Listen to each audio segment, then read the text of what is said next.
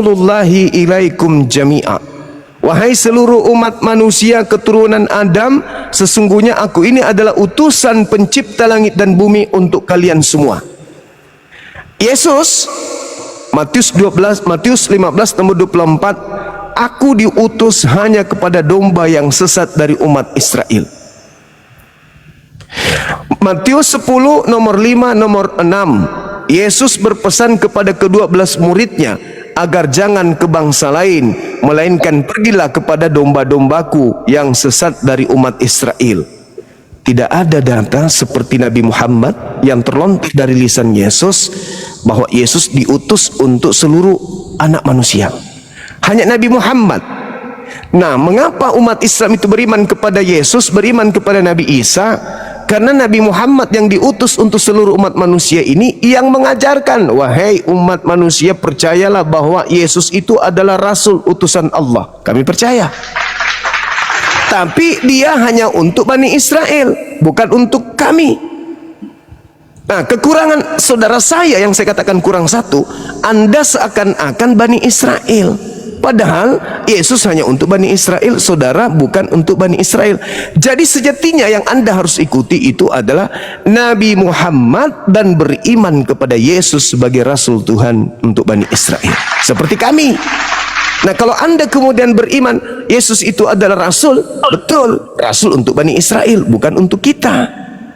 Itu mulut Yesus sendiri yang mengatakan. Matius 15 nomor 24, Matius 10 nomor 4 nomor 5. Bahkan Tuhan sendiri berkata di dalam Ulangan 33 nomor 4, hukum-hukum yang datang kepada Musa hanya merupakan hak warisan milik kepunyaan Bani Yakub. Bahkan Tuhan sendiri yang mengatakan dalam Yeremia 31 nomor 31 sampai 33, aku akan memasukkan hukum Taurat ke dalam batin setiap Bani Israel dan Bani Yehuda. Bahkan Tuhan sendiri mengatakan dalam kitab Mazmur 147 nomor 19 nomor 20, hukum-hukumku yang datang kepada Musa, kepada Yakub, dan aturan-aturanku yang kuberikan kepada Israel tidak aku berikan kepada bangsa lain.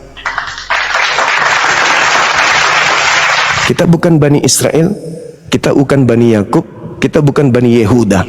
Tapi kita beriman nih, dulu ada Injil, dulu ada Torah, dulu ada Mazmur yang diwahyukan oleh pencipta kita kepada saudara kita Yahudi. Setelah itu Tuhan Maha Pengasih, Maha Penyayang mengutus seorang penolong, penghibur untuk seluruh umat manusia, yaitu baginda Rasulullah Muhammad SAW. Makanya iman Islam itu tertata. Islam beriman kepada Yesus, Nabi Isa. Islam beriman kepada Nabi Musa. Islam beriman kepada Nabi Abraham, Ibrahim. Islam beriman kepada Nabi Adam alaihissalam. Itu iman Islam. Tapi kalau di Kristen berhenti sampai kepada beriman kepada Nabi Isa, Yesus. Berhenti sampai situ. Padahal Yesus bukan untuk mereka. Mereka menolak Nabi Muhammad, makanya disebut kaum kufur, alias mohon maaf, kafir, tertutup. Kafir itu artinya tertutup. Mereka menutup diri mereka kepada Nabi yang diutus untuk mereka. Mereka masih percaya kepada Yesus, di mana Yesus sebenarnya hanya untuk Bani Israel. Iman Anda sudah benar, Yesus Rasul. Sayangnya kerasulan Yesus ini hanya untuk Israel saja. Makanya makanya di dalam Matius 7 nomor 21, 22, 23, pada hari terakhir nanti banyak orang yang memanggil aku Tuhan, Tuhan, bukankah kami bernubuat, mengusir setan, bermukjizat pakai namamu Yesus? Apa kata Yesus? Pada hari itulah nanti aku akan berterus terang kepada mereka, enyahlah daripadaku, kalian semua adalah pembuat kejahatan, aku tidak mengenal kalian. Karena kita bukan kaumnya, kita bukan Bani Israel. Jangankan kita yang hidup 2001 tahun, 2000 tahun lebih dari Yesus, seorang wanita Samaria, Anda baca di dalam Matius 15 nomor 23, 24, 25, ada seorang wanita nih datang kepada Yesus, tapi bukan Bani Israel, datang ke situ. Yesus, tolong dong bantu anakku ini sakit parah, tolong sembuhkan. Apa kata Yesus? Usir perempuan ini. Dia mengikuti kita dengan teriak-teriak. Itu kata Yesus, usir katanya. Terus wanita itu mengatakan, tolong bantu anakku ini mau sakit dia mau sembuh, please. Apa kata Yesus? aku diutus hanya kepada domba yang sesat dari umat Israel. Apa kata wanita itu? Ketika Yesus mengatakan, tidak patut roti yang disediakan untuk Israel diberikan kepada anjing. Apa kata wanita itu? Benar Tuhan Yesus. Tapi bukankah anjing makan remah-remah yang jatuh dari meja tuannya, Israel? Apa kata Yesus? Besar imanmu ibu, jadilah seperti apa yang engkau inginkan. Sembuh anak itu. Kenapa sembuh? Karena Yesus jempol ibunya. Kenapa Yesus jempol ibunya? Karena ibu itu mengaku kalau dirinya itu cuma anjing. Begitu saudara. Ya, jadi ini akan berakhir 4 menit lagi. Kok bisa? Ada apa ini? Ada pasal itu disinkronkan, Gurunda. Oh ya sudah. Ya silakan Bang, silakan. Mengimani Yesus sebagai utusan, berarti kalau tidak mengimani Nabi Muhammad berarti sama saja itu enggak berarti Bang ya. Iya, karena gimana saudara? Kalau misalnya saya mengimani Allah Bapa itu adalah Allah SWT sama dia kan, Iya. terus Yesus utusan, dan saya juga mengimani Muhammad itu kan enggak apa-apa, itu tetap juga surga. Ya itulah kami Bang, beriman kepada Tuhan yang mengutus para nabi, beriman kepada Yesus, beriman kepada Nabi Muhammad.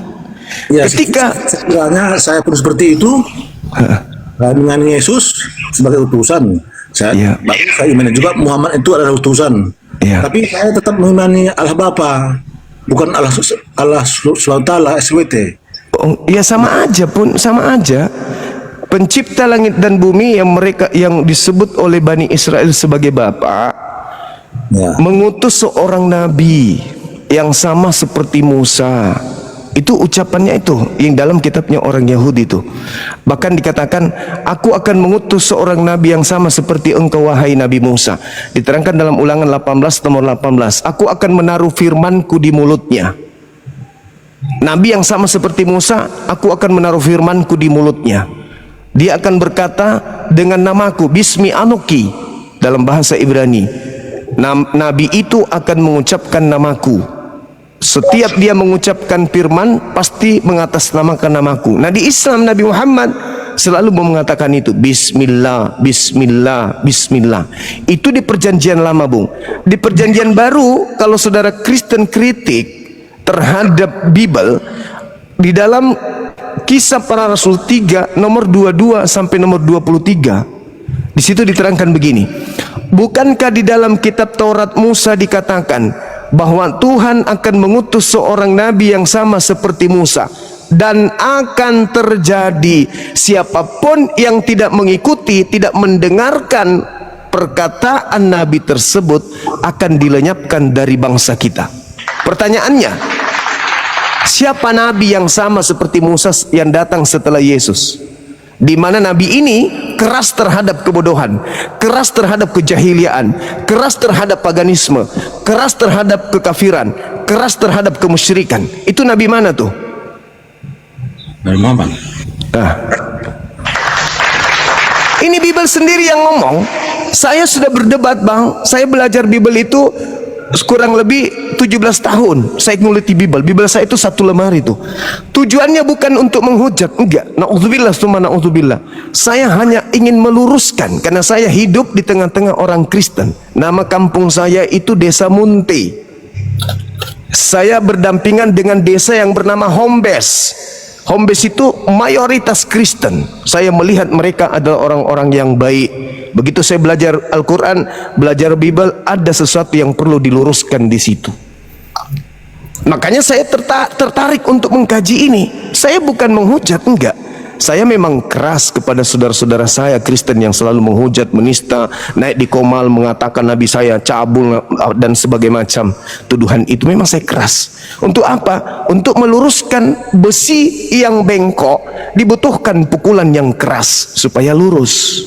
Itu yang terjadi. Nah, ketika saya membaca dalil itu, bukankah di dalam kitab Tauratmu dikatakan bahwa seorang nabi akan diutus oleh Bapa?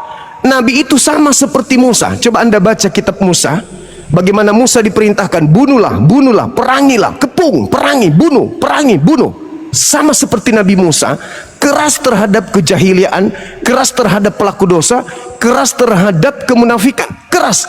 Nabi Muhammad begitu tegas terhadap kemusyrikan.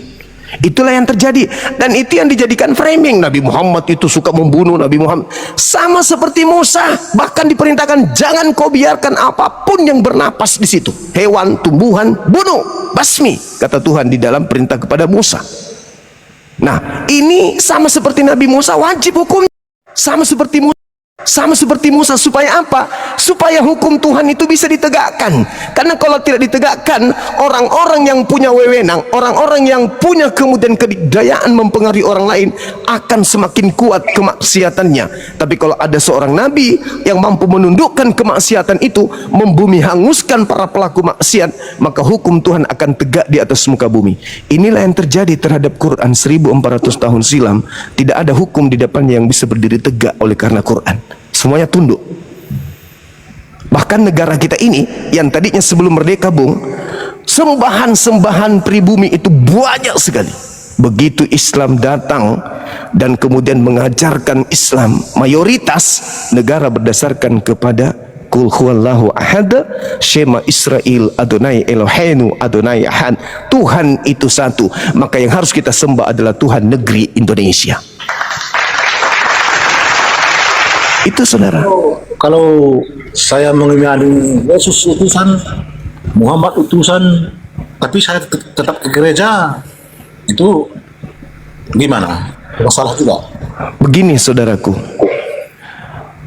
di dalam kitab Yehezkiel 44 nomor 9, apa kata Tuhannya Yahudi? Coba Anda baca nanti di situ. Simpulnya gini: wahai Israel, Israel, Israel, engkau telah melakukan banyak kesalahan, tetapi ada satu kesalahanmu yang tidak akan pernah bisa aku lupakan di antara seluruh dosa yang pernah engkau lakukan, yaitu engkau memasukkan orang-orang tame, orang-orang najis, orang-orang yang tidak bersunat nonotnya masuk ke rumah ibadahku. Jadi rumah ibadah, tempat orang yang tidak bersunat itu najis menurut firman Tuhan dalam Yehezkiel 44. Yesaya 50 juga begitu. Tidak boleh orang yang tidak bersunat masuk ke kota Yerusalem baru, nggak boleh. Makanya sunat itu, Bang, di dalam Kejadian 17:14 diperintahkan orang yang tidak bersunat, tidak potong kulup, bunuhlah dia, karena dia telah membatalkan perjanjian kekalku. Itu kata Tuhan. Jadi bagaimana mungkin kita mau ibadah, bagaimana mungkin bisa dikatakan tempat suci, bait El atau Baitullah, kalau di dalamnya ada orang-orang yang tidak bersuci. Sementara Yesus mengajarkan mentahirkan diri. Firman Tuhan mengajarkan mentahirkan diri. Apa itu mentahirkan diri? Mensucikan diri. Apa itu mensucikan diri? Menyunat kemaluan. Kemudian apalagi? Mandi junub ketika kita sudah jima atau bersetubuh. Nah, masuk ke sana harus membasuh tangan, membasuh wajah, membasuh kaki. Kalau di Islam disebut wudhu. Itu perintah. Yesus melakukan hal yang sama. Jadi kalau Anda ke gereja, di situ ada penyembahan kepada Kristus. Sementara pencipta langit dan bumi tidak bergelar Kristus. Yang bergelar Kristus itu adalah satu. Ada dua yang bergelar Kristus. Yang pertama Yesus anak Maria, seorang nabi. Yang kedua adalah iblis, penyesat. Di mana kemudian Yesus dikatakan bahwa Kristus itu adalah iblis? Ajaran Yesus. Di mana Yesus mengatakan bahwa iblis bergelar Kristus? Di dalam Matius 24 nomor 4 nomor 5. Waspadalah kepada Planos. Planos itu bahasa Yunani, artinya penyesat, pembohong, penipu alias iblis yang datang kepadamu dengan memakai namaku dan berkata, akulah Kristus. Berarti iblisnya mengaku Kristus. Di gereja ada penyembahan terhadap Kristus. Anda ingin menyembah kepada Elohim, harus datang ke rumah sucinya orang Yahudi, namanya sinagoge atau mikdas, tempat suci, atau ke masjid, tempat sujud kepada pencipta langit dan bumi. Makanya orang Yahudi, Bung, ada sahabat saya namanya Morebili, beliau pernah menyampaikan kepada saya bahwa saya kalau ibadah tidak menemukan sinagoge, saya ke masjid. Alhamdulillah, saya ke Jakarta, saya tinggal di apartemen Casa Grande, di bawahnya itu ada masjid di basement. Saya masuk sholat, wallahi ini demi Tuhan, saya masuk sholat, begitu saya sudah sholat Jumat, ada orang yang berdiri sholat di samping saya dengan metode yang lain. Cuman takbir, sudah gitu langsung sujud. Takbir, sudah gitu langsung sujud. Saya tunggui, saya penasaran. Setelah dia sholat, tapi memang aku bilang kalau dia bukan orang Arab, orang Pakistan, kalau dia bukan orang Pakistan, dia orang Yaman, minimal dia orang Timur Tengah. Saya datangi, bos, dari mana singkatnya? Oh, saya Muslim. Ya, saya bukan Muslim, saya Yudaism, kata dia. Berarti orang Yahudi ibadah di tempat ibadahnya umat Islam. Karena saya tanya, ada apa Anda ibadah di sini? Di sini bukan tempat penyembahan berhala. Ini adalah tempat penyembahan hakikat pencipta langit dan bumi. Itu bang. Saya tidak bertanya waktu itu kenapa tidak ke gereja. Saya tidak tanya karena saya sudah pasti tahu jawabannya. Karena orang Yahudi itu disebut sebagai Abu Dasarah, bidat kata mereka. Mereka itu penyembah berhala. Itu saudaraku. Jadi kalau misalnya Anda masuk Islam, percaya Yesus Rasul, percaya kemudian Tuhan yang mengutus Yesus adalah Tuhan yang benar, Anda masuk ke gereja, berarti itu masih salah. Itu masih keliru, belum satu paket. Karena tadi Yehezkiel 44 nomor 9, Tuhan marah kepada Yahudi, tapi satu kesalahan yang paling dibenci, yaitu mereka memasukkan orang-orang Yunani yang tidak bersunat ke rumah ibadahnya orang Yahudi. Itu bang. Saudara Gutul, terima kasih sudah bergabung dan bertanya. Kalau masih ada pertanyaan, waktu dan tempat disilakan.